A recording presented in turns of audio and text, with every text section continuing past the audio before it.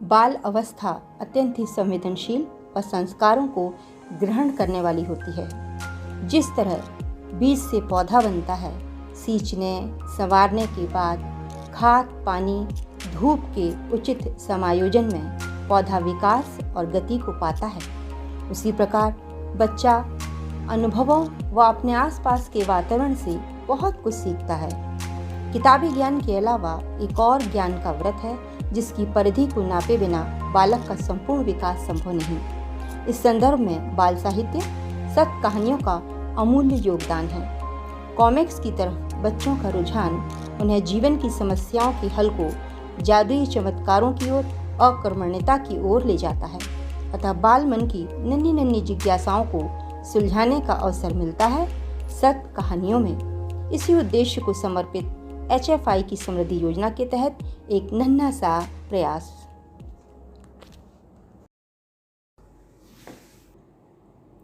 बच्चों, आज हम आपको कहानी सुनाते हैं नन्हे से दीप की। नन्हे बच्चों, जिसने संघर्षों से कभी हार नहीं मानी, बस बाती के संग सिर्फ कर्म में विश्वास किया और निर्भय होकर अपने अंतिम क्षणों तक प्रयत्नरत रहा। दीप का अस्तित्व बाती से होता है ना बच्चों? तो ये दोनों की जद्दोजहद की कहानी है, दिया और बाती की। एक घर की देहरी पर नन्ही सी ज्योति लिए दीप जल रहा था।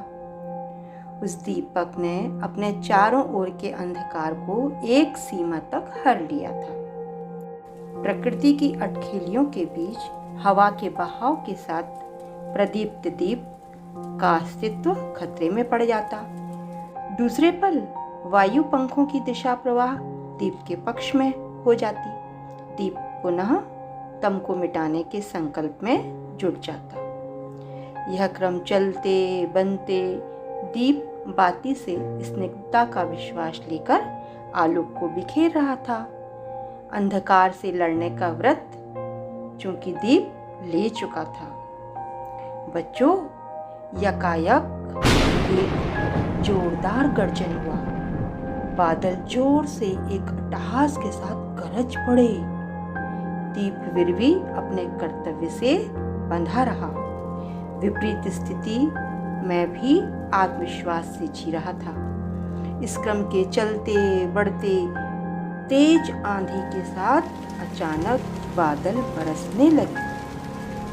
पल भर को तो बाती कपकपाई बच्चों, फिर एक तेज प्रकाश पुंज जागा और दूसरे ही पल अंधकार के आगोश में वो नन्हा सा दीप सदा के लिए सो गया। दीप अंतिम क्षणों तक संघर्ष और प्रयत्न की परिभाषा को दोहराता रहा। आशा विश्वास के साथ कर्म करते करते उसने अपना जीवन बलिदान कर दिया। तो बच्चों, आपको कैसी लगी ये कहानी? वो दीप आपसे क्या कहना चाहता था? आप सोचो तो जरा, सोचो। हाँ, यही कहना चाहता था कि जीवन में कभी हार नहीं मानना चाहिए। हमेशा अपने कर्तव्य पथ पर बिना डरे बढ़ते रहना चाहिए, है ना बच्चों? हम आपसे यही उम्मीद रखते हैं कि आप इस कहानी संदेश को जीवन में अपनाएंगे और साथ साथ अपने दोस्तों को भी ये कहानी सुनाकर इस कहानी की शिक्षा को उनको समझाएंगे, ताकि वो भी अपने जीवन में उतार सकें, इस कहानी से प्रेरणा ले सकें। तो बच्चों, बस आज इतना ही, फिर मिलते हैं।